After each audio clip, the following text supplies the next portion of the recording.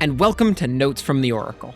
I'm Connor, and together with Jack, my co-host from Cabin 6, we're going beyond Half-Blood Hill to take a closer look at the electrifying mythology of Percy Jackson and the Olympians, Book 1, The Lightning Thief.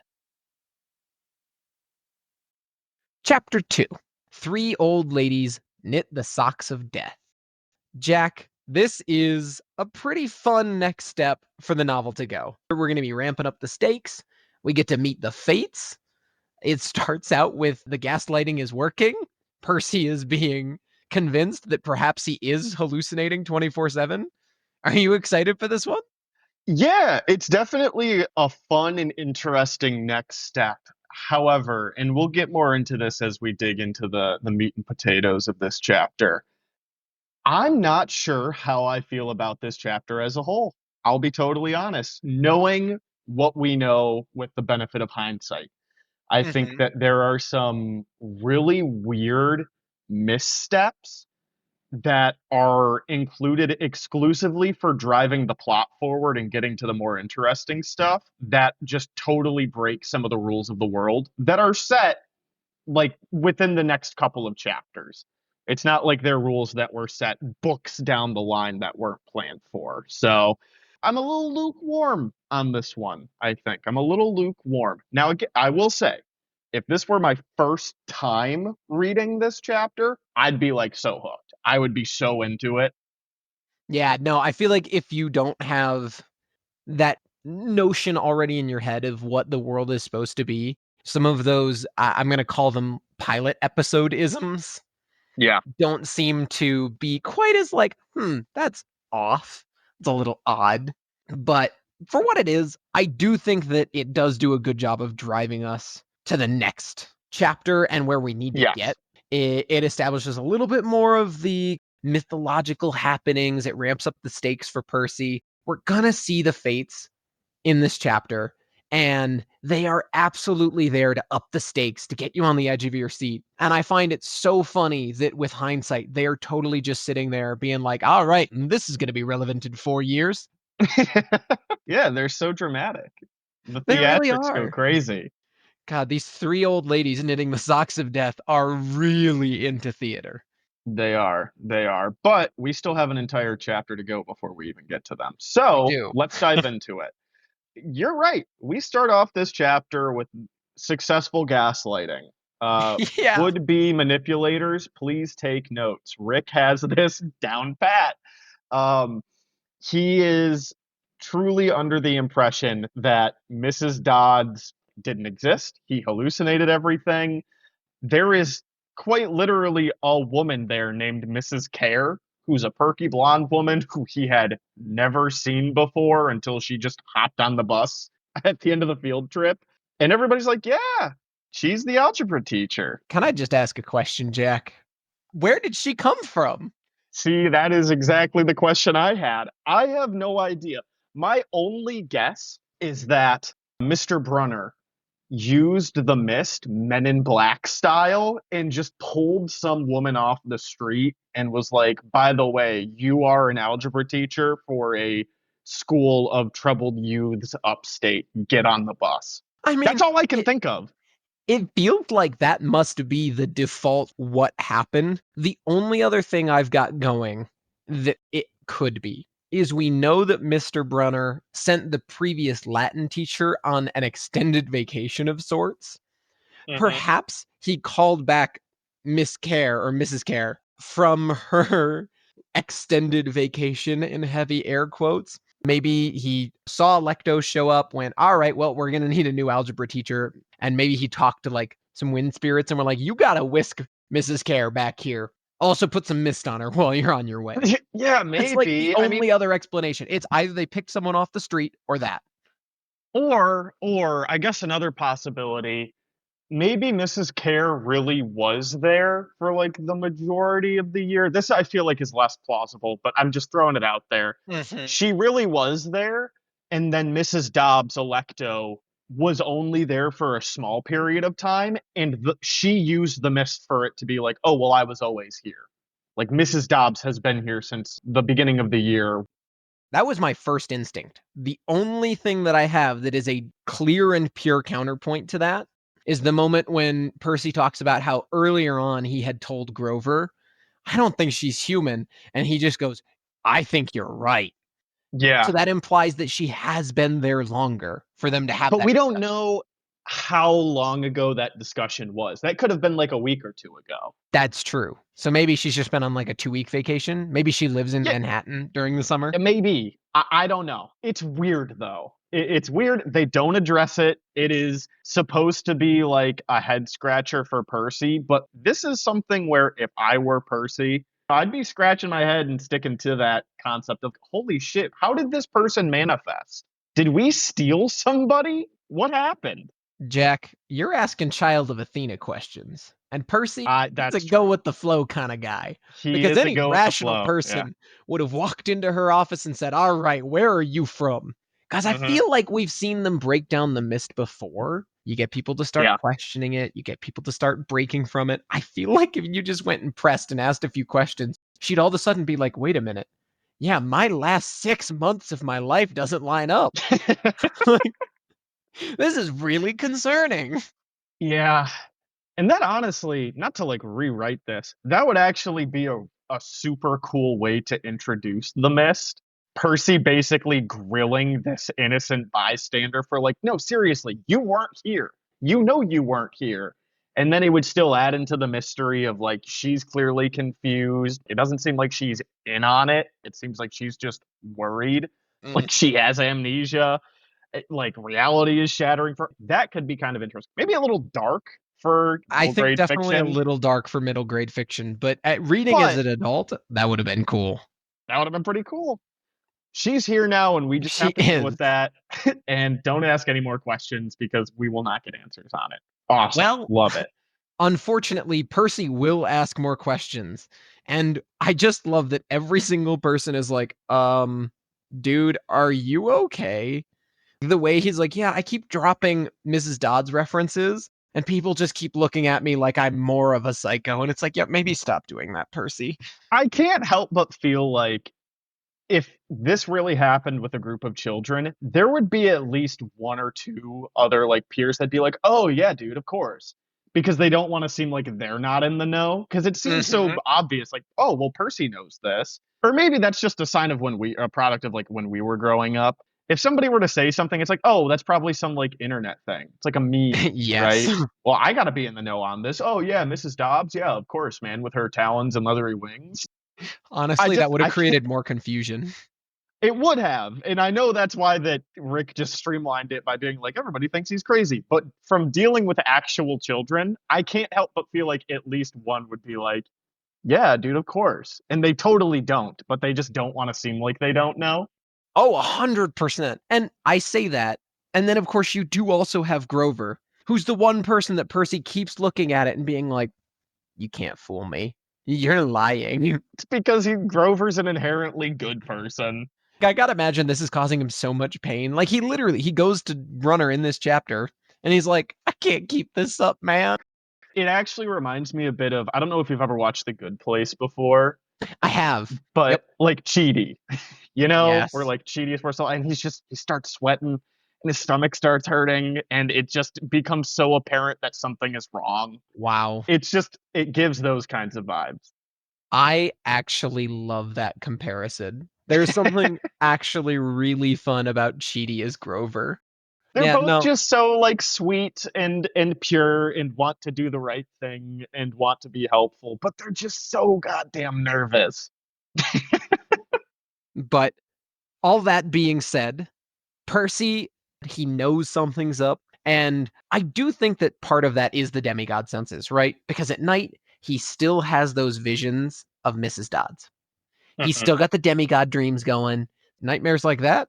Yeah, that would not be fun. And who's to It's say that also these aren't just just yeah. regular nightmares? I was gonna say it could just be straight up trauma dreams like PTSD. Yeah. He was attacked by what, in his mind, he doesn't have any of the context that all the Greek myth is real yet, which Yep. means that he just saw a demon, a devil. That, Yes. for all he knows, that could be Satan right there. It could. It could. It could be an emissary of Lucifer himself. Dios mio. I've got no reason to believe that that's not that. I would assume that Sally is not raising him Christian or Catholic, so maybe that's why it's not where his brain goes first. I don't know, man. If that were me, though, I would be finding religion pretty quickly. I need an explanation. And one thing that he won't have an explanation for is also the freak weather.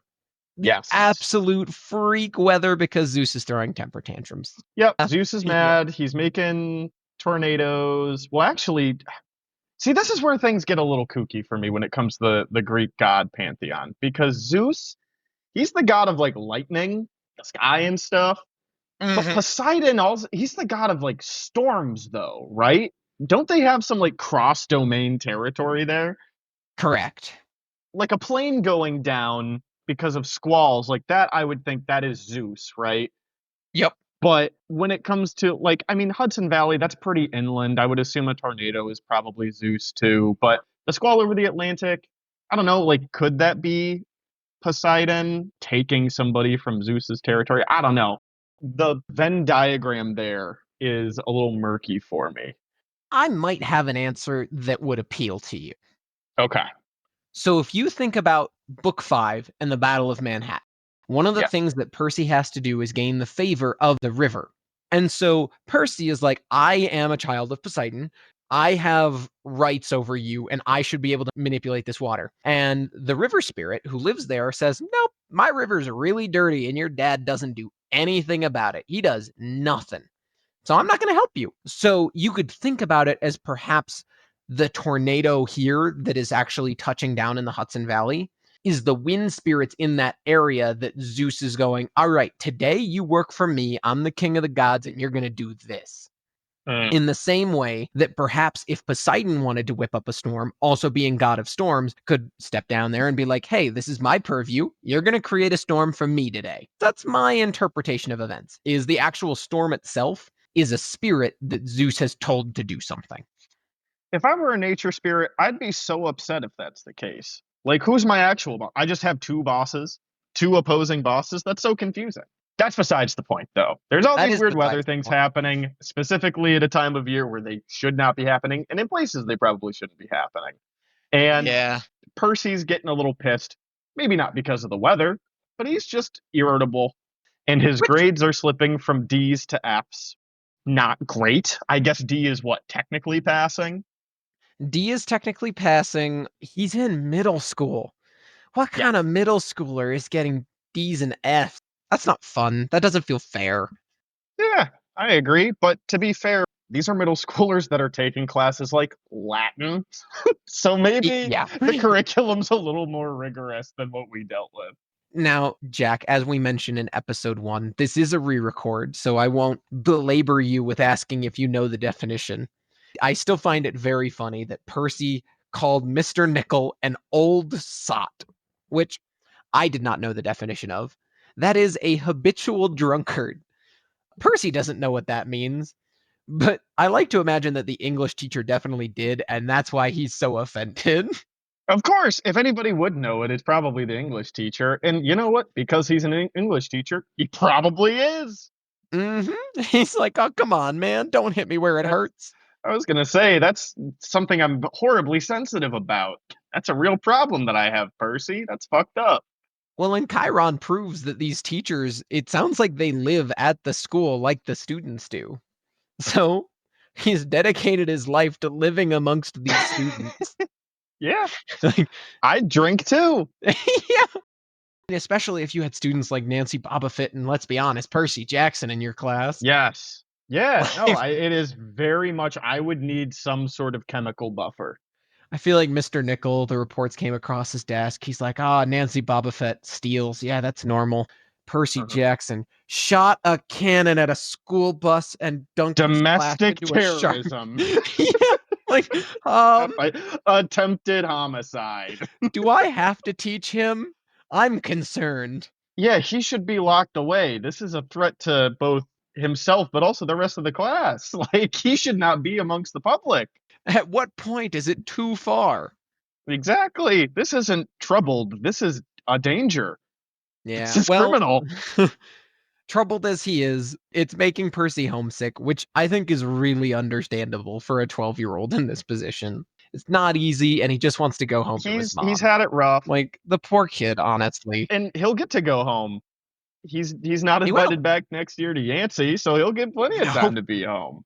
And in fact, sounds like he's a little excited about the premise of going to public school, even if he does have to put up with his quote obnoxious stepfather. We get this very first Gabe reference. It makes sense. It sets him up before we actually meet him next chapter. It confirms that Gabe and Sally are actually married, which is surprising to me at least. I feel like Sally, you can keep him around for the smell, but like, did you have to put a ring on it? Yeah, I was gonna say maybe they get like tax benefits. Yeah. He probably has better health insurance that maybe she's on because he is in a managerial position at a store, Yeah, whereas um, she just works at the at a front of the candy candy shop. shop. Yeah. So I'm sure he has some benefits, and truthfully, whatever debt Gabe has, she probably has more. And that's assuming Yeah. Gabe has debt, you know? Yeah, he might not. Honestly, he doesn't seem like the type, especially in 2005 when that wasn't as necessary. He doesn't seem like the type who probably went to university. He probably didn't need that for his position. Yeah. I I mean, mean, the only thing I could think of would be like gambling debt. yeah, yes. But hey, he's got Percy to help him pay that off. Exactly. That's right. But we'll get to that in a bit. Well, Um, we'll get to that next chapter. yes. Now he's homesick. He's excited to go back to his mom in their little apartment in the Upper East Side. Something that stuck out to me. He says that, there are going to be some things that he actually miss at Yancey Academy. He's going to miss the view of the woods out of his dorm window. He's going to miss seeing the Hudson River in the distance and the smell of pine trees. And he'd miss Grover, who's his good friend. Now, I want to just make this abundantly clear. Percy is upstate. We do not know how far upstate. He is in the Hudson River Valley, and he is in a part of the Hudson River Valley in a heavily wooded area and can see the Hudson River in the distance. I have taken the train down from Albany into New York City many, many times. It is gorgeous. It is so beautiful. It's one of the most beautiful stretches of land I have traveled through. And if Percy is seeing the Hudson River and is in the woods, Yancey is so nice. He is in the splendor of God's own earth. It's beautiful. It's peak nature. Anything else that's bad should be instantly alleviated from the magnitude of beauty that he is surrounded by. And fun fact, there's a non-zero chance, depending on where he is in the Hudson River Valley, when he would travel down to New York City, he would pass a literal castle, the ruins of a castle. Did I tell you that there is a castle in the Hudson River Valley? You did. It's called Castle Bannerman, and it is straight up the remnants of a castle. It's really I cool. it's really neat. They do like ghost tours and they'll have movie screenings. At least last I checked, which was a little while ago. But it's really neat. So he's in a really cool area. If there were a place for somebody to get better, become more introspective, and learn more about themselves, it would be in this area. So the fact that he, at the very least, recognizes that he's going to miss these things, that's solid. The fact that he still is so troubled, he's a lost cause. I hate to break it to you. Well, you know who's someone who won't give up on Percy? You like that transition? It's That was Mr. smooth. Brunner. I hadn't forgotten what Mr. Brunner had told me about this subject being life and death for me. He hears that and he goes, I trust this guy. I'm going to study Hmm. so hard for this test. And he does. I appreciate Percy doing his best to really put his best foot forward and try and knock out this test in his Latin class where they're reading the Cambridge Guide to Greek Mythology. Yeah, But and now to be fair, we were saying, with ADHD and all that stuff, you don't actually hallucinate. Percy does straight up start hallucinating. He says, like in a beautiful mind, words start floating off the page and circling his head. Letters are doing 180s and they're riding skateboards. Now, I don't have dyslexia, but I do know people that have dyslexia, and my understanding is that it The doesn't letters don't work like skateboard? that. They don't skateboard and they don't fly off the page and start floating around your head. That's maybe a little bit extreme, but also that could just be how a 12-year-old describes it. It's a metaphorically spinning around his head, but it's also Percy. Is he one to speak in metaphors and prose? You I know? feel like he might just be like, nah, dog, these letters are straight up floating around my head right now. I am seeing some crazy things. It's nuts. They turned the Cambridge Guide into a half pipe. They did. They're shredding it up. Tony Hawk's in my fucking pages right now. And as he's trying to learn all of these names, which we will come back to at the end of the chapter and learn a little bit about Chiron and Charon and Polydictes and Polydeuces.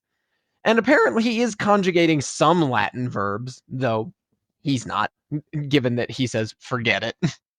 He looked at it. At the very least, it implies that he looked at it, probably tried maybe once or twice, and was like, I am incapable of doing this. He cares. If he didn't give a shit, he wouldn't be pacing the room. He wouldn't feel this anxiety like ants were crawling around his shirt. And he remembers Mr. Brunner being a good teacher and giving Percy some, I don't want to say tough love, but solid support. It's not flowery and it's of high expectations, but sometimes that's what people need. He says, I will only accept the best from you, Percy Jackson. And I think that Percy, it seems like, is somebody who, shit, I've done it already. Somebody are just kind of like, hey, he's an idiot. He's an idiot. He doesn't know. And they just kind of give up on him. To have that bit of support is so huge. Yeah, Um, somebody in his corner really going, you can do this. You just got to commit to it. And I yes. do And like that in that same line, you've got the 1,000-year-old eyes. mhm, Again, one of those little moments where it's like Rick wants you to see that.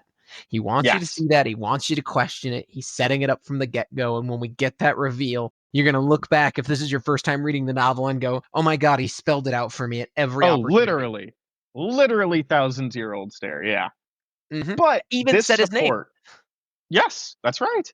This support, it pushes Percy, and I'm sure is frustrating for Percy. And he even mentions, in the prior chapter that he doesn't like that there's all this pressure being put on him by Mr. Brunner. But that pressure makes Percy want to strive to be better, at the very least, do his best. And so he does something he's never done before, which is go and ask a teacher for help.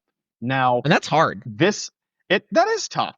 I think perhaps Percy's most important lesson learned: go to office hours. Listeners Yeah. at home, I know that high school doesn't have office hours, but teachers are there to help you for the most part. Some of them suck, but most of them are genuinely there out of the goodness of their heart and they want to help you out. Go talk to your teachers for the love of God. That goes triple for you in college. Talk to your professors. Not only do you humanize yourself when you do that, you will genuinely be helped. They are not just there for shits and giggles. I do wish someone had told me that while I was in college, because if you had said that when I was in like my sophomore year, I'd have said that's not true. It's a lesson that everybody unfortunately learns too late, even if you're told go to office hours. Maybe the reason I never went to seek out help from teachers or professors is because I read this book and loved it, and I was worried that I would go and find my best friend who was a satyr talking to my teacher about me behind my back. That's true. Now, yes. So Percy is going to do a good thing, right? He's going to do a mature thing. He's going to go to Mr. Brunner and ask for some assistance. So he goes to the faculty offices, and most of them are dark, so, people are gone. But Mr. Brunner's door is ajar, and there's light from the window stretching across the hallway. And Percy, not trying to be a snoop, just approaching, was 3 steps from opening the door, and then he heard voices, and he is being talked about. Now, Connor, what they're talking about, what Grover and Mr. Brunner are talking about, is of vital importance and should be highly confidential. Yeah. They should just tell Percy also. Well, we'll get to that too. Once when we do our roundup, we'll talk about that. Yep. Why the fuck is the door open? I, you know, I wish I had an explanation for you because they're not just talking about stuff that's like of vital importance and they're like, we don't want Percy to find out. And Percy shouldn't be down here, so it's fine. What they're talking about is of vital importance and also is about random magic stuff that mortals Yes, should not and do not have any context for. So they're just like, oh, yeah, by the way, if that English teacher just walks in, that's fine. What's Mr. Nickel gonna think about prophecies and boys right. dying? What if another student has questions? Yeah, You know? I guess they could snap and use the mist and like whatever, that's fine. But it's just this entire sequence. Maybe it's nitpicky, maybe, but it could be exactly the same if they just changed one thing, which is the door is closed, and before Percy knocks on the door, he hears his name mentioned and stops. And mhm. it would make Grover and Mr. Brunner not look like total idiots. Connor, we're about to run into stuff that I have a lot of issues with. So get ready. Go for it. I'm ready. So the fucking Um, door is open because why would they be smart about this? And Percy, like a reasonable person upon hearing their name behind a semi closed door, stops and listens. And Grover, his best friend, is talking to Mr. Brunner, his mentor, and says he's worried about Percy, sir. And so Percy listens. And then Grover says, alone this summer. I mean, it kind of when they're talking about, there's a Fury here and it's in school. And if they know about it, and they're talking in all this esoteric nonsense. And Mr. Brunner says, well, it would only make matters worse by rushing him. We need him to mature more. And Grover, making a lot of sense, says he probably doesn't have time. There's a mhm. deadline on the summer solstice. And then Chiron says, well, it'll just have to be resolved without him. Let him enjoy his ignorance. Chiron is just so adamant. And Grover says, dude, he literally saw her, is bringing up that he saw her, and doesn't believe the lies. Like, he is not being swayed right now. And Mr. Brunner says, no, it's his imagination. And the mist over the students and staff will be enough to gaslight him. And Grover is like, dude, I can't fail again. And I feel like I'm going to fail if we keep going this route. If there's one thing Mm-hmm. it does establish, it's how much Grover cares. Grover Yes. is trying so hard. He's concerned about Percy. Chiron's actions are questionable at best, but everything Grover says and does, if Chiron wasn't there to be like, nope, we're not going to do that, he And is doing the right thing. yes, absolutely. His instincts were 100% correct throughout all of this. Mr. Brunner says, oh, you haven't failed, Grover, which is true. He has not. He says, well, I should have noticed. I should have seen her for what she was. I should have seen Mrs. Dodds for being a fury. Now let's just worry about keeping Percy alive until next fall. Why keep pushing the goalposts? At this point, it would be so much smarter to just say, all right, Percy knows. He's going to start smelling a lot more because now he knows this stuff. If I am reading this without any other context, this is my first time reading through the book, all of this is wildly interesting. This is all really cool. And it's like, ooh, what does this mean? What's this mystery? But I have read this before and it just doesn't hold up. Not Yeah. only that, Percy is right outside the door. And we learn that Mhm. monsters can track demigods by their scent. And my understanding is the more that a demigod knows about their own nature and the world of mythology and their demigod life, the more potent they become with their scent. So Percy already has this scent, kind of more of a latent, seems like it might not be super powerful right now, but he's starting to learn these things. He's piecing these things together. I would And it is have to established that as believe a child of a big three, he is specifically smellier. Sorry, I did not mean to even cut more. you off, Yes, but that's exactly. it, Yes, yes, adding to yes. your point. Exactly. Just by Percy standing outside the door, Grover should be like, yo, Percy's coming down the hall. Like, I can Well, and smell him. He actually, is close. when Chiron goes to go look for the noise in the hallway, what Oh, he we'll get, does yeah. is an animal snuffling. He's literally trying to sniff out where this noise has come from, who's the intruder, etc. And so he's resorting to exactly what you say he should be resorting to, and it just doesn't work. And it just doesn't work for some reason. And again, it makes no sense. I just don't get it. And you said earlier that it's very like this is pilot episode, like if this were a TV show, pilot Mhm. episode concept. But this is a book. All of these rules are established within the subsequent chapters. Like this isn't like this came about in book 4 of the series. It just feels very I hate to say it, and I mean no offense with this, it just feels like a really sloppy chapter for pushing the plot forward. And I feel like there are ways that you could still adhere to the rules that are set for this world and this universe and still have this chapter be everything you need it to be. I think the thing that really drives this home is we will have in pretty much every book from here on out a strong emphasis on monsters identify demigods by scent. That is a bit of my tirade for now. I'm setting that aside. Okay? I got that out of my system.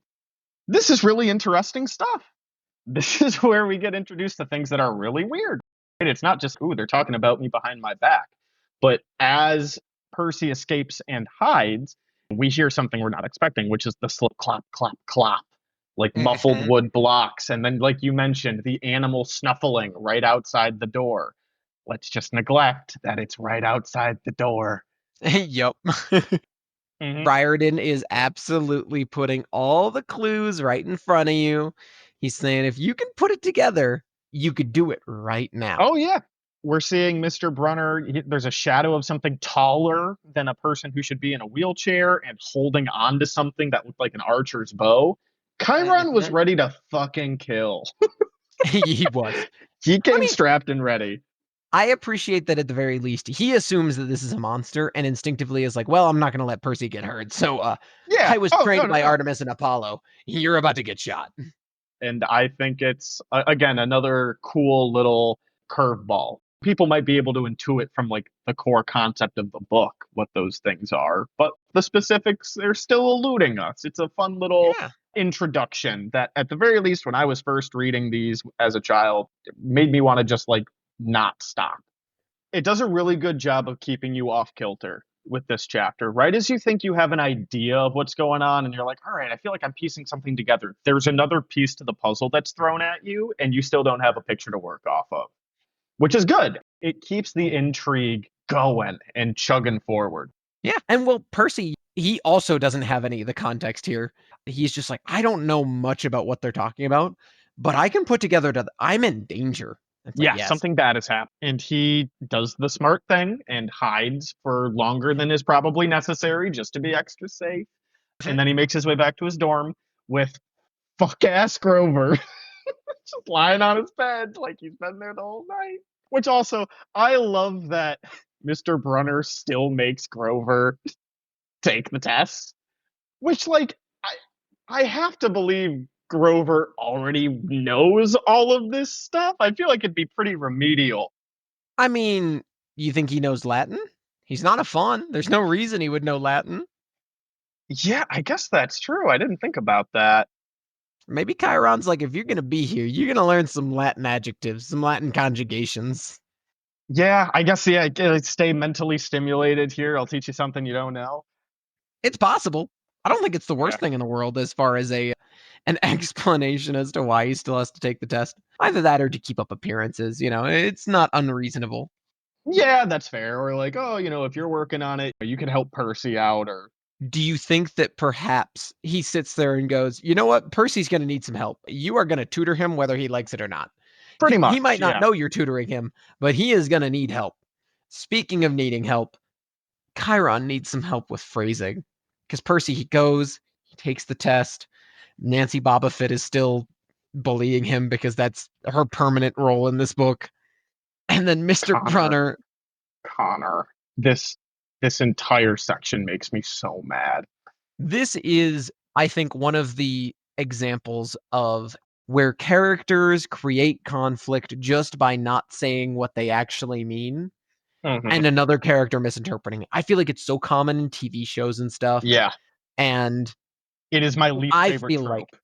Yes, I was gonna say, I feel like I'm not alone in saying most audiences look at that and go, that's a lazy trope. Yeah. That's a lazy way to create conflict, and it's exactly what happens here. Now, Hmm. you can look at it and you can go, this isn't the right place for you. It was only a matter of time. And you can go, well, that's technically right. Mr. Brunner, when he's saying that, you can understand the miscommunication because what he means, you are not in a world that is meant for you. Everything he's saying is technically true, but that's why the Oh, yeah. trope sucks. That's why it sucks.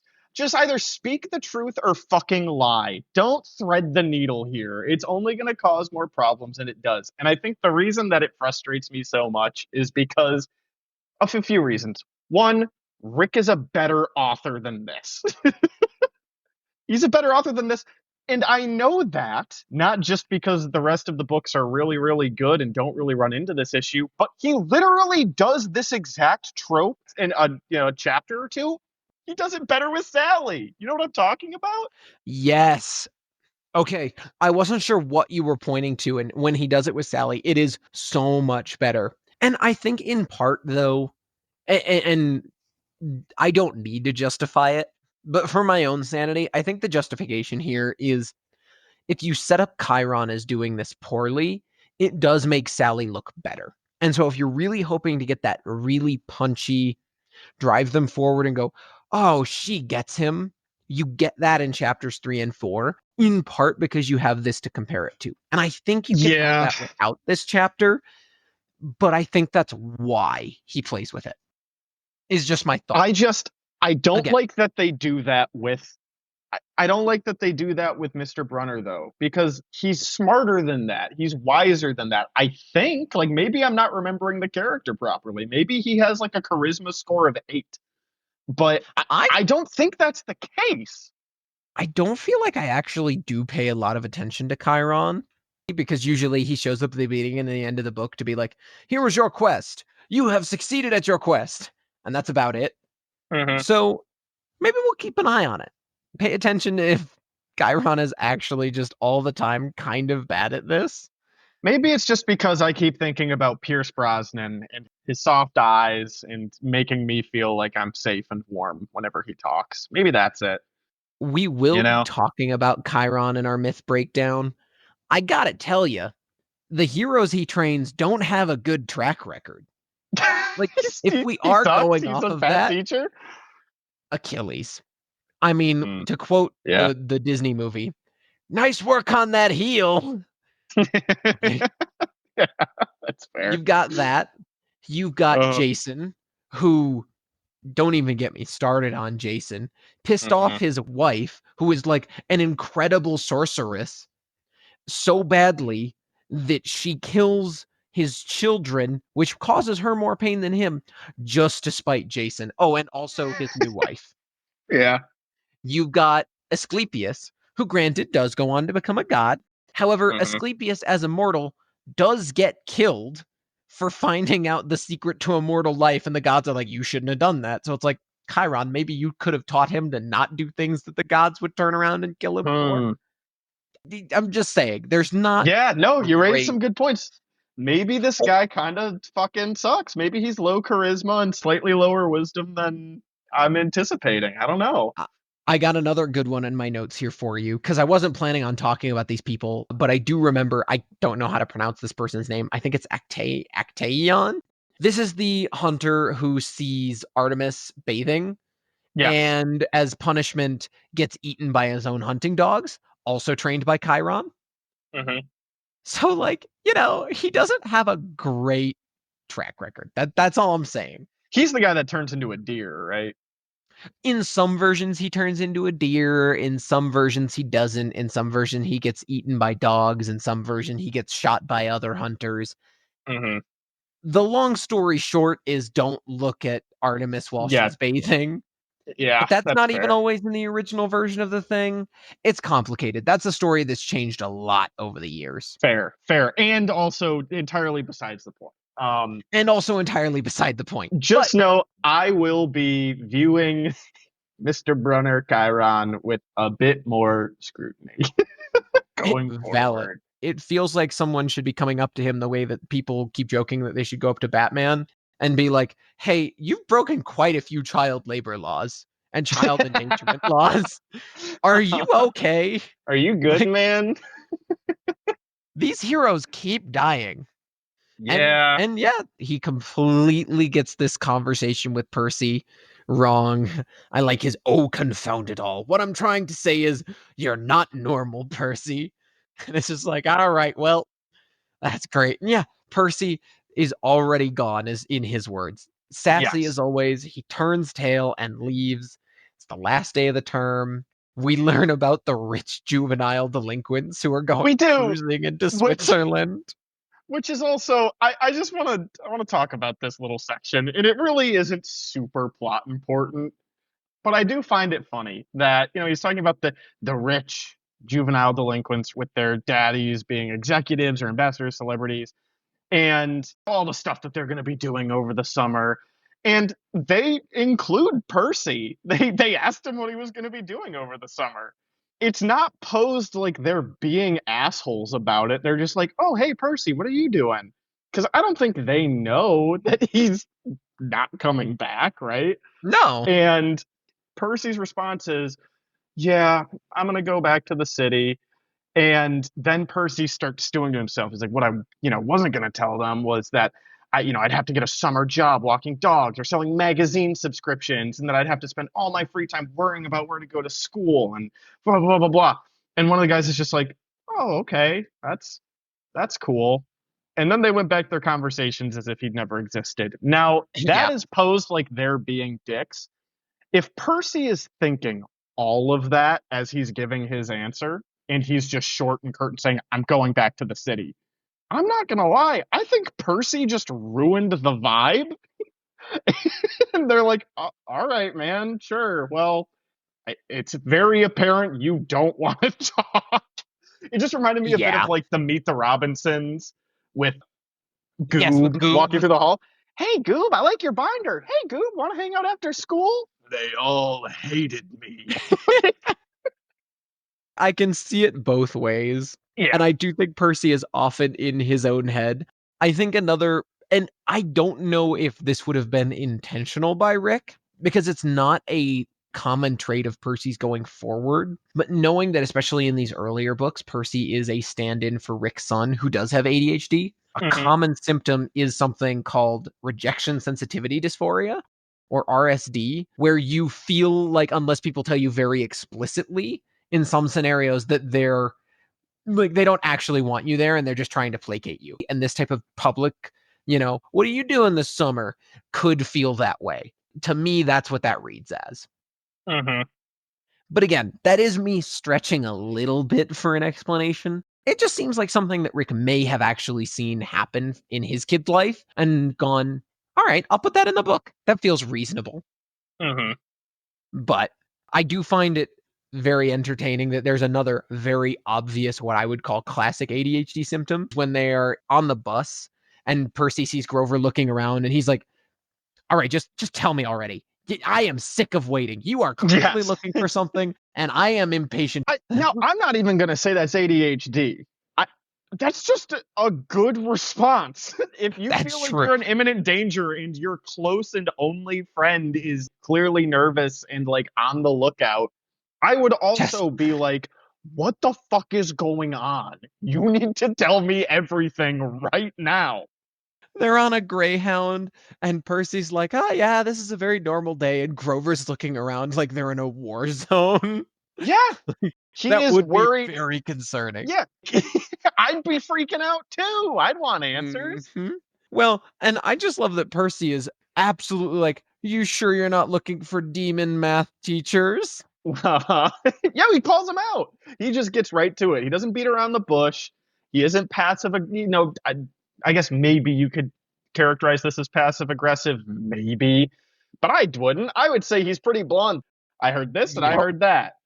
And Grover is called out for being, and I quote, "a really, really bad liar." And Yes. he does, Grover does the right thing. Grover does the right thing. He drops some of the act. It's not working, and he knows it isn't working. And he says, "All right, at the very least, I'm going to give you this. and it's a card. He's got a business card. Props to Grover Underwood for understanding proper advertising and building his brand. This guy, I know for a fact, if LinkedIn was like a thing at this time, he would be on there. Maybe He'd have a all over great it. page. He would be, posting all sorts of pearls of wisdom on how to be a keeper. He'd All be right. reposting stuff. I have to disagree with you, Jack. You You don't said think he so? You would don't think have his a LinkedIn would be great great? page. He would have a page. It would be busy. He would use it all the time. This man specifically works with demigods. What is one Hmm. of the earliest signs that a child is a demigod? Dyslexia and ADHD. And Percy says the card was in fancy script, which was murder on my dyslexic eyes. But No, I no, no, no. Hold finally on. made out something like, and then the card. I never said that it would be a great LinkedIn for demigods. There is an entire network of Oh, it's spiritual, for the other keepers. supernatural I beings, feel. other keepers. They've got like tips and tricks that they need to share with one another. And even if Grover isn't saying, like, here are 5 things that I've learned in my first, 10 years as a keeper or whatever, he'd still Mhm. be reposting stuff that are like useful resources. I feel like there'd be a lot of motivational quotes. It would be so optimized. It would be so optimized It that would. he would get traction doing that. Unfortunately for LinkedIn, you just need to embrace the slop and sell your soul a little bit. And I think Grover would do that if he had to. Grover would be great at LinkedIn. Mm-hmm. Mm-hmm. And I will say, I gotta imagine that in like my head canon, there's another universe where Percy doesn't immediately ditch Grover. And Grover is like, all right, we're in the city now. We're away from Chiron. There's some stuff I gotta tell you. And Percy just subverted his whole plan. Yeah. It doesn't feel unlikely. It really doesn't feel unlikely. But, they're on the bus. And Mm-hmm. that is, of course, not what happens. Percy is I love that he's like, "Really? You're protecting me? I have been trying to stick up for you all year." I do like that Percy says that he lost sleep worrying that he'd get beaten up next year without Yeah. Percy around. That is an admirable, if not a little bit self-destructive trait. Like he is loyal to a fault. That is I was a, gonna a say, neat if nothing little, else, you know. absolutely loyal to a fault. Hmm. And I do like that he plays along because he totally doesn't believe it, but he says, "All No, he right, doesn't buy it at all. so Grover, what exactly are you protecting me from?" Right? And then, of course, perfect timing. The Greyhound bus, something happens with the engine and smoke starts pouring from the dashboard, and we're stuck on the side of the highway. And as everybody has to, file off the bus and just wait for the driver to figure out what's going on, they're on this, stretch of country road in upstate New York in the Hudson River Valley. There are stretches where there's just not a whole lot. And they see, there's an old fashioned fruit stand. And who do we see at this fruit stand? Not customers, just 3 old ladies sitting in Not rocking suspicious at all. chairs, chilling in their rocking chairs in the shade of a maple tree, knitting the biggest pair of socks that Percy had ever seen. And this is just where, like, Rick's writing has been, specifically his style, has been shining throughout this chapter. I don't know that Yeah. we've mentioned that yet, but everything is just so quintessentially Rick. It's just oozing with character. And it's just, this little section here that it just stuck out to me as like, you don't get this in other series, which is, I mean, these socks were the size of sweaters. They're clearly socks. It's just, it's the I mean, like Percy is talking to us.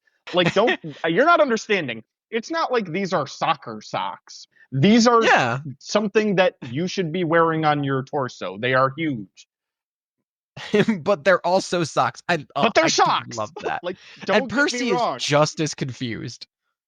Yeah. Oh, he's very confused. He's not really sure what to make of it. But something that's important here that for first read probably doesn't seem super important is that the yarn is very specifically electric blue. Now, we have talked about this before, Connor, but we see the string or the yarn gets cut, which, these are the fates. That means that Hmm. somebody's life has their story is done. They have finished they have finished their product and the end is going to happen. So, I believe that Connor, you found that this is Luke, correct? This Yes. is Luke's So string. in book 5, after Luke sacrifices himself to prevent the second Titanomachy and condemn Kronos back to Tartarus, Percy will see the fates, and he has this moment of recognition where he looks them in the eyes and he says it in writing. I finally knew whose string they cut. So all the way back, this is like chapter 2, page 26 of this book, Hmm. and it won't be referenced again until the like very last or second to last chapter of the 5th book in the series, who this was actually for. I do think that's really cool.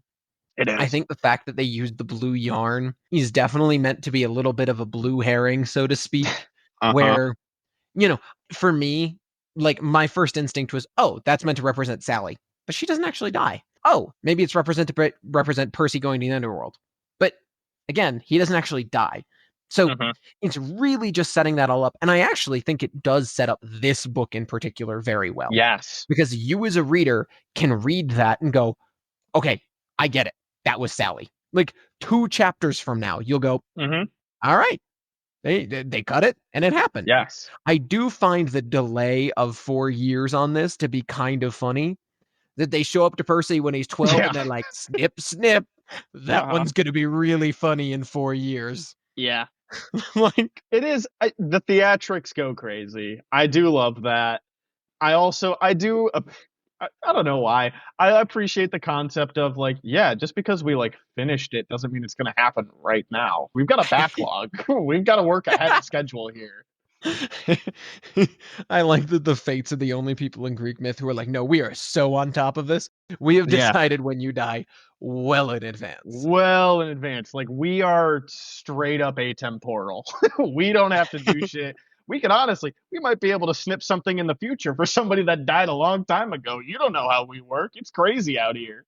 Which, for the Fates, very fitting. However, I Yes, do want to take 2 steps back, Jack. of course. Firstly, I love the old fashioned fruit stand. I just think it's a Hmm. really pretty picture, and I think it's one of the most fun experiences to stop at one of these roadside fruit stands. Yes. Going slightly further back, the first time that I read this, I wrote down what would smell like rotten eggs on this bus. And Jack, it occurred to me later that when you slay a monster, they have a sulfuric scent. Electo Hmm. leaves behind a sulfuric scent. Hmm. Did the bus just hit a monster and kill it? Maybe. Like, hear me out. One of the monsters was trying to get to Percy and Grover. Grover's all on edge. And then the bus just fucking runs it over. And the driver's like, what happened? And he can't see anything because there's no body. It's turned to dust. He's immortal. He didn't see what he hit. In his mind, the engine just went kaput. And now they're stranded. Now, that is very, very funny. And I do super like that. A more grounded answer to that is when catalytic converters fail or malfunction, they can smell like rotten eggs as well. Mm. Because I think they produce some sort of gas. I think it's like hydrogen sulfide, maybe. Don't quote me on that. I am not a car person. The fact that I know even this is remarkable. But that is something to also, it could have straight up been a mechanical failure. And the I fates am were just like, oh, disappointed we know to admit that exactly where they're going to be. So, I'm disappointed to admit that I think you are correct. However, my personal version of events from here on out will be that uh-huh. Lecto super duper rushed. She's like, "Oh, Haiti needs me. I found him." She's like been clawing her way out of the doors of death. It's still taken 6 months. She flies straight there, gets hit by a bus, and is like, "No!" And has to do it all again. that, that would be really, really good. I like that. I think you could go either way. And you know what? Honestly, if it's up to me, go with the fun one. They ran over like an imp or something. I like that. It's some little goblin. It's He's like, just a yeah. little creature. Yeah. It's one of the Hades oh wait, product. Connor.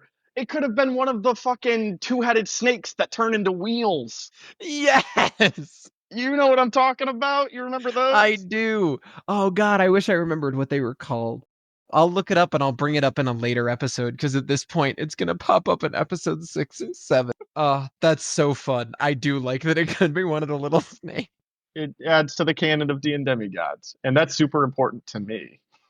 Valid. Yeah. No, and I did. I pulled us backwards, so I do apologize, but I just You're wanted to good. bring that up because I thought that was very funny. That is incredibly funny. Now I'm going to push us back forward a little bit, back to this electric blue Please. yarn. This is definitely a blue herring. You know, you think it's Sally, and then you're like, uh-oh, well, I guess it wasn't her. Shoot, I guess it's Percy. When is Percy going to die? He's in danger. Because blue obviously is, becomes very representative of both Sally and Percy. So, thoughts on why electric blue could also represent Luke? Something to consider is that blue in some, color theory can represent things like trust and reliability. And although Luke is a traitor, he does, when it really matters most, do the right thing and come back to the side of the demigods and make the ultimate sacrifice and is the hero that he needs to be when it is most integral, right? So there is that Yeah. level of reliability and trust in when the chips are down and your back is to the wall, what are you going to do? And he chose to do the right thing. He also has the one blue eye that to me, I could be totally wrong here. I see that as representing his humanity, right? As Yeah, opposed to his goodness. the gold, yeah, the gold eye, the piercing gold one. So electric as opposed to like ocean blue, right? Or maybe a deeper sapphire blue that might be more representative of like a Percy or a Sally, at least in my mind. Mhm. This is the more vibrant, energetic, it just makes you want to like get up for, good reasons or otherwise, but there's just an energy to it that I think really does vibe with the stakes that Luke creates and then the resolution of those stakes, as Oh well as, yeah. representing his inherent goodness that he chooses to give into at the very end. Well, and to expound upon that, I think the reason that you and I both think this works so well as a red, or as we keep calling it, blue herring here, is because you so closely associate Percy and Sally with the color blue. Yeah. And that is obviously deliberate. However, I think what that also does is it starts to frame over the course of the novels. Blue is the color of heroism. Blue is the color of goodness. It's how Percy and Sally stick up to Gabe and fight against that and have their little moments of like fight the system. And so all of what the color blue represents, I think everything you said absolutely. And then just on top of that, within this novel, blue is a color of goodness. And I think you can absolutely look at that and go, this is signifying that Luke's life is one that is good. It has a meaning. And I think it's really profound that we get that so early on. And Mhm. I really have to hope, and I'm going to give Riordan credit here and say that I believe that this is the case, that he knew what this was for. Because Luke is the antagonist of this book. So he knows about the full kind of context of the story already. I like to imagine that Rick was already there doing exactly that. And I think you're right to call out the electric blue. Percy and his relationship to Poseidon means that lightning is always viewed as something that is dangerous. And so perhaps the context of using the words electric blue as opposed to something, as you said, like ocean blue, does instigate that like this is dangerous. This person Mhm. is still dangerous. And I like that kind of interpretation of events. I feel like that also fits. And I think you are correct to identify that that is a clear place where nothing Percy ever does is described as electric blue, right? Yeah. This is uniquely not Percy as a blue goes. And I do think that that's notable for sure. hmm Yeah, it's such a cool detail, and for all of the guff that I gave this chapter, it's just stuff like that where again, that is so well thought out, and it does keep in line with everything that comes after it. It just makes me want to hold, like Mr. Brunner said, I expect only the best. And it's not Mhm. because I have unrealistic expectations, it's because I know what these books and, Riordan are capable of. Absolutely. No, you took the words out of my mouth. And actually, what I was going to say is I was about to comment on the same thing and say, I think that is why the beginning part of this chapter sticks out. It's because this is so good. Hmm. The description of the fates as these wrinkled like fruit leather old ladies with their bandanas and their bony arms sticking out, everything about them is visceral. You can see it. You've got that interjection of Percy being like, maybe the socks are for Sasquatch or Godzilla. It's Or Godzilla. perfect. It's perfect. And so everything through here is so quintessential Percy Jackson for these like 2 or 3 pages. And it's like everything after the business card, I think, is perfect. And so Oh I, yeah. I can see that that's why, looking back, it leaves a little bit to be desired, in part because this is so good. Like if we had done this whole breakdown on just these 4 pages, you'd be like, yeah, that was an amazing chapter. Yes, I totally agree. And this is one thing is for certain, what we just witnessed, even though it was presented in a goofy fashion, is of profound significance. Oh yeah. And Percy makes this joke about like, who could this be for? Could it be Sasquatch, Godzilla? And Grover's not even putting up a front now. He's like, this is not funny. Like, what did you see? Tell me exactly what you saw. Yeah. And the bus is fixed. They're both Percy and Grover are not feeling too great. Percy specifically says that he feels like he caught the flu. And Yeah. Grover's, his he's shivering and his teeth are chattering, even though it was just said that it's like 1,000 degrees outside. And Percy's like, "What are you not telling me, man? What aren't you telling me?" And Grover, sweating, he's dabbing his forehead with the shirt sleeve, saying, "What did you see back there? What was it? Did you saw them cut the yarn? You saw her snip the cord." And Grover has a breakdown. He I says, mean, "This is not happening. I can't have this be like last time. It's always sixth grade. They never get past sixth." I like the idea that even or not Percy, even Grover is fooled by this deception because Percy is his best friend.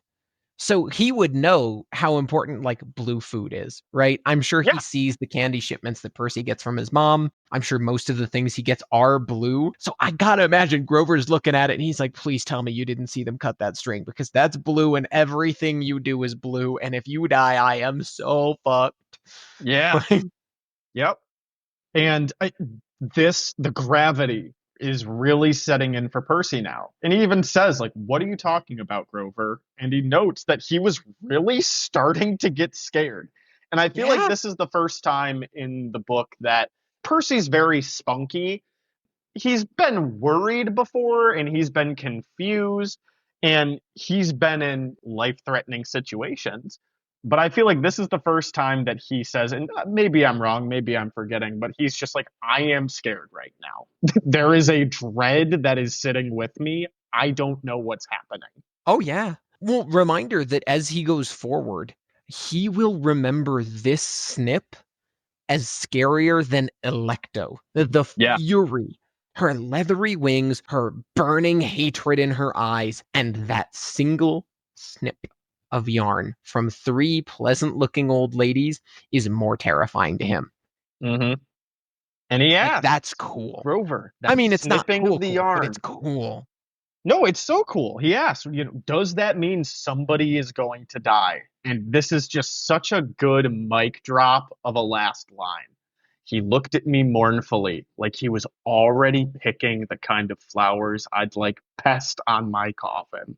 So perfect. It It's so like good. that's what I'm saying. It's such a fantastic end to this chapter. I think when you were asking like, I didn't really like this one, and I was like, I'm really excited for this one. This is why. This is why Yes. I'm really excited for it. You end it and you're like, that was a great chapter. Forget all the other stuff that happened. This was awesome. It's very like if you hit the nail on the head. If these were two different chapters, if it was just like one chapter, it ended with them getting on the bus or Grover handing over his card or whatever, then it's like, all right, that chapter, it wasn't great. And then this one would be like short, but like really good. I feel like I can't remove the first half of this from my total enjoyment or internal ranking of this chapter because, dude, it's just rough. I don't know. This is again, we read through this already a bit ago. I read through it again just to brush up, and it's just all those things stuck out to me even more upon the reread. And Yeah. they just bug me. They just bug me to no end. And it's a shame. It definitely doesn't detract from my enjoyment ending the chapter, right? Like I'm glad we started the chapter with that, several hiccups and then ended on a really high note because the momentum going into the next chapter is there. But we're here and I'm excited to go forward. It's just that first part, man.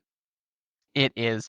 But there is some good that comes out of that first part. And I think that there's some, at least to me, interesting conclusions that we can draw from a literary perspective Oh based yeah. on the characters that Rick chooses to name drop. I think they're actually, at least half of them are pretty deliberate. So while Percy and Grover sit on this Greyhound, why don't we take a couple of seats as well and let's talk some myths, shall we? Let's do it. So let's start with the big one. So the names that he lists as I was going to remember the difference between Chiron and Charon, or Polydictes and Polydeuces. So let's start with Chiron. He's a big proponent in this chapter. He's doing a lot of stuff, so I think it's about time that we get a good idea of who Mr. Brunner really is. So one detail that is pretty relevant is his parentage. He is actually the child of Kronos and a nymph. I couldn't find the official first source of this. However, I did see it listed that Kronos might have been transformed into the form of a horse at the time, and that is why Chiron is a centaur. This comes from the potential source is a lost line that is believed to be attributed to the Titanomachy. And the name of Chiron's mother, Kronos' partner for this, is a oceanid or a sea nymph named Philyra. Chiron is trained by Apollo, as well as Artemis in some stories, but Apollo is definitely like his main mentor, which is why Chiron has specific talents in both medicine and archery. And in fact, sometimes he's even credited with the discovery of both botany and pharmacy. In the Iliad, Homer even describes Chiron as the wisest and justest of all centaurs. So he's got pretty big talk, which is fair. He's trained a lot of really important heroes. As mentioned, Asclepius, who becomes a god, Achilles, Jason, both another big ones, Aristeus, Actaeon, and Metis are three that I know less about, but are all also Greek heroes. We actually talked about Actaeon earlier. He provided hospitality for the Argonauts, so he's interacted with most of the Argonauts. And I know I have a habit of this across some of our later episodes. Would you like to learn the appropriate depiction of Chiron? Because it's not what you think it is. I would so love to hear this. And if it's based on some of the other descriptions you've given, we're in for a treat. So it's not quite as egregious. However, in traditional Greek representations of Chiron, to distinguish him from other centaurs as more intelligent. So this is an important detail actually before I get into his physical description. Because of his heritage as a child of Kronos and not sharing the same heritage as the rest of the centaurs, we'll get to that in just a second here, he has a different appearance. And so he is in traditional Greek depictions depicted with human legs. I don't know why this is the trend, but Uh-huh. imagine a centaur. It's all the same, except the human half goes straight down. Wait, hold on. So he's in like a horse costume, like the two-person horse costume. Yes, and he's the front of the horse. It's just the guy. The front of the horse did not put the legs on, but the back of the No. horse is there. Okay. Yes. So he's So got the it is horse dumpy. That's what I'm hearing. horse butt, back Okay. horse legs, front legs, human legs. Okay. Also, unlike the satyrs that we'll talk about in chapter 4, centaurs are also known for being kind of uncivilized and rowdy, so they don't wear clothes usually. Chiron, thankfully, to be distinguished as an educated man among them, does wear clothes, thankfully. It's to show his civility. Funny enough, the rest of centaurs, This uncivilized, rowdy behavior that they express is because they are not the children of Kronos, but instead they are the offspring of a guy named Ixion, who is a mortal king, and a cloud named Nephili, who was made to look like Hera. I'm going to say that again. A cloud, not like a nymph now, presumably, and especially in Percy Jackson lore, we can take this as a nature spirit. This is probably a cloud nymph, is what Rick would call her. But in the original story, there's just a cloud. So a man sees a cloud and they have babies and they're horse people. I get it. You do? Say less. Well, there is a version that might make more sense. So a later version says that centaurs are actually children of the child of Ixion and Nephele, and his name is Centaurus. We can pretty safely determine that this myth came later because Centaurus is actually what will become the name of the constellation that is said to be Chiron in the sky. And so maybe they're kind of connecting dots that don't actually go together. But in this version, they have a child. His name is Centaurus. And Centaurus actually just goes and has sex with a bunch of horses. Uh-huh. That's it. As you And that's do. how we get centaurs. Yeah, I dog. got nothing more for you, Jack. That's how I we get all the rest of the centaurs is a guy fucked some horses or a guy fucked a cloud. You could take your pick. uh a little column A, a little column B. So back to Chiron, because that's Mhm. perhaps a little bit more relevant here. Some of his other notable feats is I did mention he eventually is turned into a constellation in the sky. Because of his heritage from Kronos, he is immortal. And in Greek mythology, he has a death as an immortal. This is really cool. So Prometheus is also an immortal. He's a titan. He is punished eternally. He every day has his insides ripped out and eaten by an eagle. Chiron sees Prometheus as someone who did not deserve this, and Heracles is trying to free Prometheus. So Chiron offers to sacrifice his own immortality for the freedom of Prometheus, so that Prometheus may go on and live his life without eternal torment. And for that, Zeus turns him into the constellation Centaurus. Of course, this is different from the in universe explanation of things because in the in universe explanation of things, what happens is they claim that the gods, after he does this for Prometheus, grant him his wish. They still make him a constellation, but here his wish is to train heroes forever. And so that is why he is training heroes to this day, immortal, working at Camp Half Blood, which is kind of fun. So that's what I've got on Chiron. It's not a ton, but it's kind of fun. Let's get to who he is compared to as names that are similar. I have a lot less to say about Chiron because we will do a more in-depth breakdown of him when we actually meet him in this novel. Say we'll see But him later. we will see him later. But for this chapter, I do think that there's something interesting about him representing the transition between life and death. Because a lot of what this chapter is about and what the next chapters will be about is getting Percy from a transition from a mortal life to his demigod life. In a certain sense, I do think that Chiron might be brought up here to represent the death of Percy's life as immortal. And especially when you take it in conjunction with the imagery of the Greyhound, the traversing and seeing the fates cutting a string on that road, I really think that what we're supposed to be seeing here is the implication that Percy, after seeing Alecto, is dying. As a mortal, this is the death of his life. And I just think Mhm. that's a really cool way to approach that. Yeah, it's a very poignant concept. Again, maybe I'm wrong. I just feel like that's one of those things that's so deliberate that I want it to be real. Maybe that's the English minor in me, but I want that to be the real answer. We then have Polydictes and Polydeuces. Now, Polydictes is a fun one because he does relate to a character that we're going to see and Percy a little bit. So Polydictes is a son of Poseidon who specifically is the one that sends Perseus to kill Medusa. And when he does this, he is trying to get Perseus killed. He wants Perseus to die so that he can hit on Perseus's mom, Danae, and notably, while Perseus is out killing Medusa, Polydictes, in most versions of the story, abuses Danae. And when Percy gets back, he uses the head of Medusa to turn him to stone. Who does that sound like that we know? I have no idea. No idea at all. Doesn't sound like No an idea. abusive stepfather that gets turned to stone at the end of this book. I have no idea what you're talking about right now, Connor.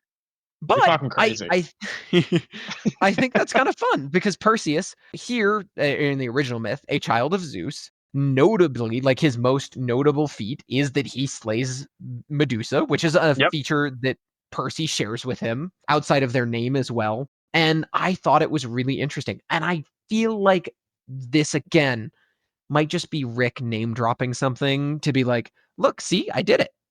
I based Gabe on this guy, Yeah, Polydictes. but Look it you up. know what? You know what? I'm a sucker for it. I like it. I really like to believe that Rick was like 10 people are actually going to figure this out, but I need people to know that Gabe is also a myth reference like everything else in this book. So I'm just going to put this name here so somebody figures it out. Yes. Say it's effectively jingling keys in front of the audience, but you know what? I like it because they're cerebral keys. It Keys that make you totally learn is. something. It is. And I think that's really fun. And then we have Polydeuces. And I think Rick was he was like, I have got to put Polydictes in here, which is why Polydeuces makes the least sense out of all these characters Mm-hmm. to have any narrative significance. Polydeuces is the Romanized form of the name Pollux, as in Castor and Pollux, who are both children of Zeus. And in all stories, one of them is immortal and one of them is not. Sometimes they're both mortal, but one ends up becoming immortal, and that's always Pollux, or here Polydeuces. So I do think there's an argument to be made that, again, maybe Castor and Pollux are brought up to contrast and compare Percy's mortal life to his immortal life and all of what that brings. But I actually think that Rick was just looking for a name that was similar to Polydictes so that he could name drop Polydictes, because that makes more sense to me. Mm-hmm. A fun little bit of lore about Castor and Pollux is that they probably have their original root of their kind of mythology and what they represent in Indo-European cultures, specifically as twin horse gods and patrons of sailors, which Jack should sound familiar to you because a running joke in our D&D campaign for many years was Tim the horse god, because I said there are twin horse gods and the rest of our No, group no, said, no, no. "Oh yeah, yeah, Tim. I You know did Tim." not say that there were twin horse gods. You specifically said Tim, that it was Tim the horse god. And And so he's lived the on best. forever. Yes. These guys are inadvertently the inspiration for Tim the horse god because I was pulling from the Indo-European roots of twin horse gods. That's so great. I love Castor and Pollux even more now. Which I Right? guess I started with not caring about them at all, At all. but I care about them more than I would have if that wasn't the case. Exactly. And so that covers all of the characters that Percy was supposed to know about for his test that I'm sure he did very well on. No doubt. I'm sure. Uh, and that leaves us only with the next mythological characters that we meet, the three Moirae or the Fates. So the Moirae do exist across a wide variety of cultures. Unsurprisingly, the idea of our fates being intertwined and kind of chosen for us is a very common thing in cultures, even ones that don't have fates. However, there are a surprising number of fates that do represent, or a surprising number of cultures rather, that do represent fates as spinners and weavers and who can cut the cords of death, which probably means that they might stem from a similar root within humanity and mythology. Specifically, the Greek ones are Clotho, the spinner, who oversees the youngest parts of our lives and when we're born. Lachesis, who is the allotter, she determines the events of your life. And finally, Atropos, who is the inevitable, the eldest of the three who cuts the thread and determines your death. They do appear, not these three characters, but three fates who are spinners appear in three other cultures that I could find. Norse mythology, which With the is one that Norns, I feel right? like the Norns, exactly, one that people are pretty familiar with the Norns, and we'll actually get to talk about the Norns way down the line if I say, but I certainly hope when we make it to the Magnus Chase books. Hmm. But then they also appear in a lot of Slavic mythology as spinners, and in Albanian mythology, they have three fate spinners, Huh. which is kind of interesting. Yeah. Gonna Um, brush up on my Albanian mythology, I guess. I mentioned last episode that there are quite a few instances, actually, now that I'm realizing, of discrepancies between Percy Jackson's The Greek Gods and actual in-canon lore. And so this is another one where Nyx will list off, when we meet Nyx in House of Hades, she will list the Fates as her children. And in the Theogony, written by Hesiod, that is what they are. They're children of Nyx. And so for me, that's always going to be my canon answer, is that they're children of Nyx. But in Plato's Republic, they are children of Ananke.